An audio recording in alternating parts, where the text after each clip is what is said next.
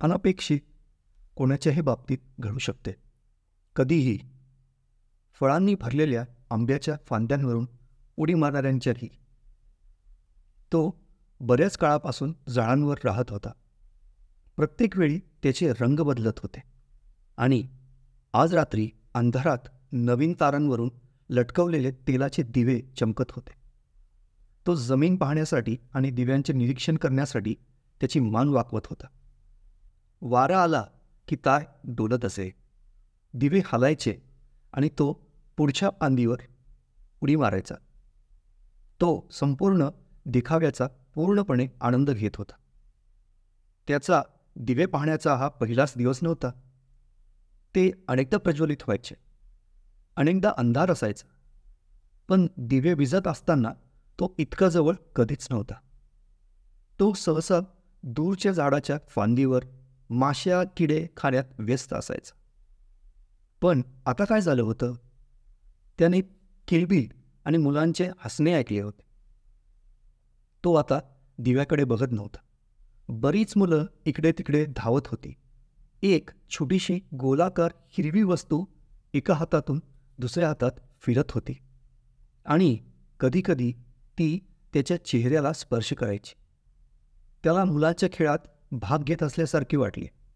मुले गोलाकार हिरवी वस्तू हवेत फेकताना तोही त्या हिरव्या वस्तूने स्पर्श केलेल्या फांदीवर उडी मारायचा. तो उत्साही झाला होता.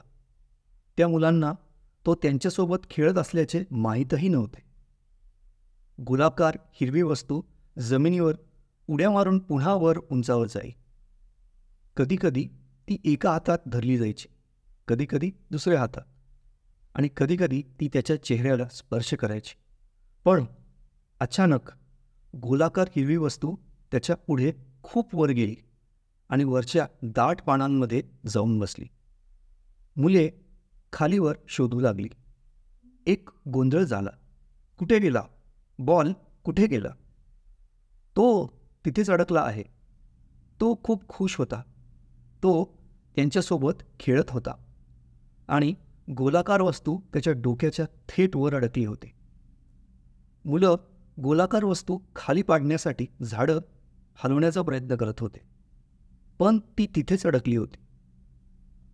तो खूप आनंदित झाला. आता हे खरंच काहीतरी नवीन होतं.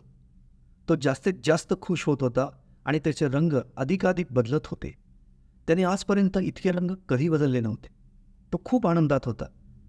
त्याने आपले संपूर्ण आयुष्य या झाडांच्या छायेत फिरत, आत बाहेर घसरत, माशा खाऊन किंवा कधीकधी ते हलणारे दिवे पाहून घालवले होते. ते सर्व सामान्य होते, मजा नाही, पण हे किती मजेशीर आहे, तो याच विचारात होता. तेव्हा काहीतरी कठीण वस्तू त्याच्या डोक्याजवळ पडली आणि त्याला आपला तोल सांभाळता आला नाही.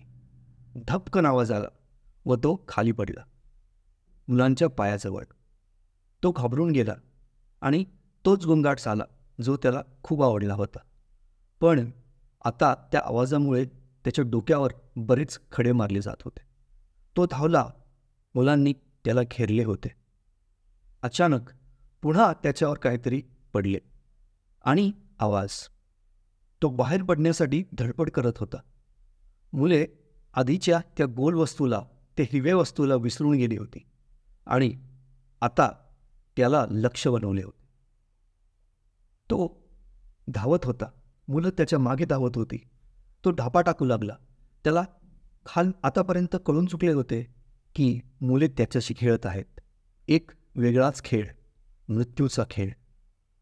बाहेर पडण्याचा मार्ग नव्हता. हा खेळ अनपेक्षित होता. पुन्हा काहीतरी जड त्याच्यावर आदळले. डोक्यातून रक्त वाहू लागले. त्याला दम लागला होता आणि तो जमिनीला चिकटला. त्याला उडी मारून पानांवर झडप घालायची इच्छा होती आणि जेव्हा त्याने वर पाहिले तेव्हा त्याची नजर त्या हिरव्यागार वस्तूकडे वळली आणि आता त्याला असे वाटले की जणू आता ती मुले त्याच्याबरोबर खेळत आहेत. हळूहळू त्याचे डोळे मिटत गेले.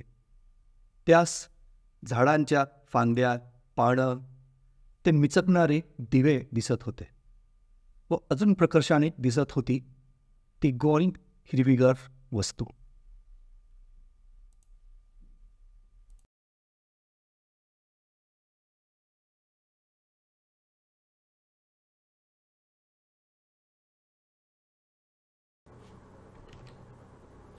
यूट्यूबवरील प्रेक्षकांनो, आपणास ही स्टोरी आवडली असेल ही आशा आहे. तर मग जरूर या व्हिडिओला लाईक करा. शिवाय कमेंट्समध्ये आपले अमूल्य मत आम्हाला कळवा. आणखी मनोरंजक कथांसाठी पिंपळ पान या आमच्या चॅनलला सबस्क्राईब करा व बेल आयकनवर क्लिक करून ऑलवर सेट करा, म्हणजे पुढची स्टोरी तुम्हाला लगेच दिसेल. धन्यवाद.